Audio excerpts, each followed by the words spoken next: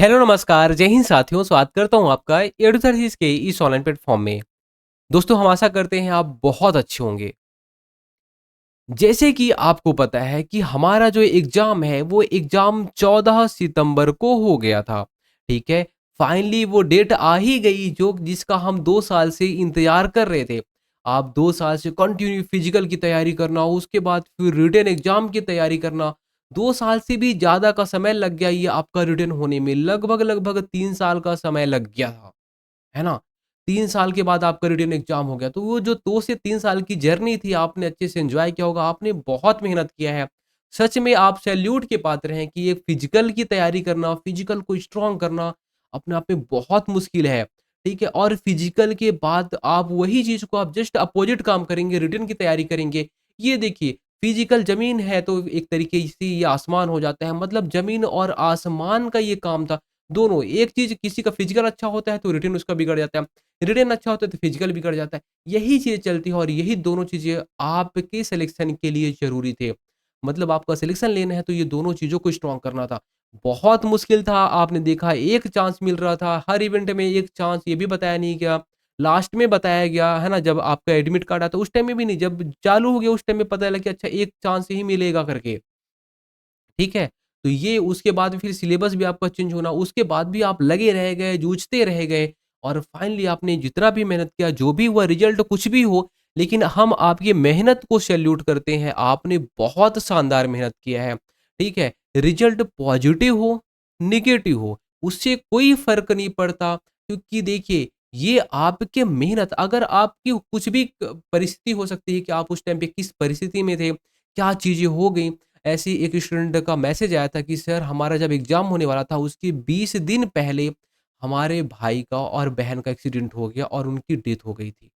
अब सोचिए कि वो स्टूडेंट के साथ में कितनी मतलब कितनी बुरी परिस्थिति आप बोल सकते हैं। या अजीब विडंबना कि अब बताइए उनका 20 दिन बाद एग्ज़ाम होने को है और उनके घर में उनके भाई और बहन ही नहीं रहे। वो लड़का बताइए कैसे तैयारी किया होगा?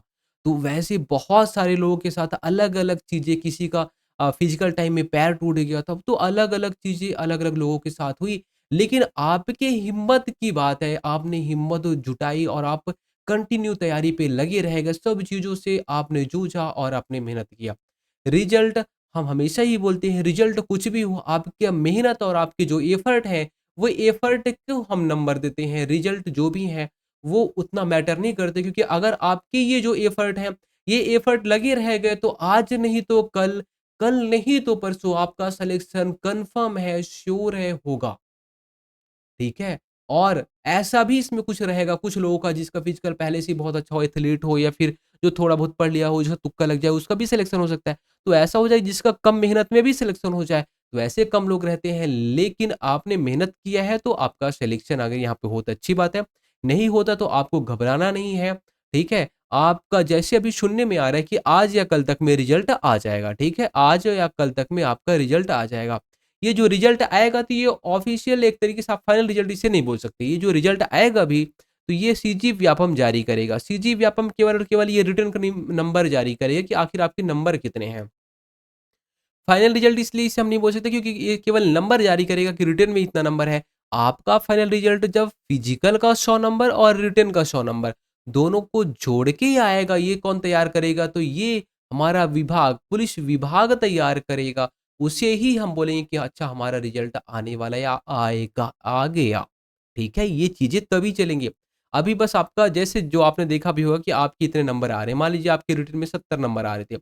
जो 70 नंबर थे वही उसी के आस-पास ही रहेगा। आप देखोगे लगभग सबका 2 से 3 नंबर बढ़ने वाला है, ठीक है? तो जितने भी आपके नंबर आ रहे थे उसी के आस-पास ही नंबर रहेंगे। इससे बहुत चीज़ें क्लियर हाँ, क्लियर ये हो सकती हैं कि आखिर कितने लोग 70 प्लस वाले हैं, कितने लोग 80 प्लस वाले हैं, तो कितना कट ऑफ जा सकता है उसी का हल्का-हल्का आइडिया हल्का-सा आइडिया पता चलेगा। लेकिन कन्फर्म अभी नहीं पता चलेगा।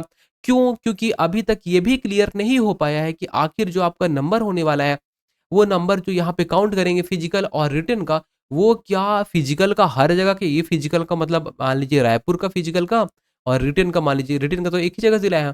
तो रायपुर का आप मान लीजिए रायपुर से, दुर्ग से, फिर बिलासपुर से 3 जगह से आप क्वालीफाई किए हैं। तो आपका यहाँ भी नाम आ सकता है, यहाँ भी नाम आ सकता है, यहाँ भी नाम आ सकता है। क्या तीनों जगह से आपका नाम आ सकता है? या तो एक बार इन लोग पोर्टल ओपन करा दें। अब पोर्टल ओपन कराएँगे तभी इन्हीं के लिए सही रहेगा, सरकार के लिए सही रहेगा, वरना ये फिर विवादित भर्ती हो जाएगी, है ना? विवादित भर्ती ना हो इसके लिए सरकार को एक बार पोर्टल ओपन कराना पड़ेगा, ठीक है? और सगार अगर मान लीजिए सरकार ऐसा भी करवाती है तो उसमें भी एक चांस ये बनता है कि हाँ, यहाँ पे वो क्या करती है प्रेफ़रेंस डलवा दे, ठीक है?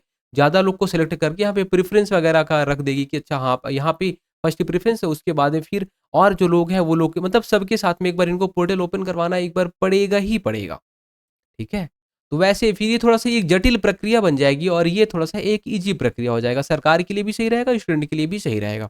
तो अभी ये कन्फर्म नहीं हो पाया है कि आखिर कैसे आने वाला है, सरकार अभी बताई ही नहीं है, ना तो हमारा विभाग अभी बताया है। ठीक है? बाकी रिटन एग्ज़ाम का आप वेट करिए, आज या कल तक में रिज़ल्ट आ जाएगा। धन्यवाद।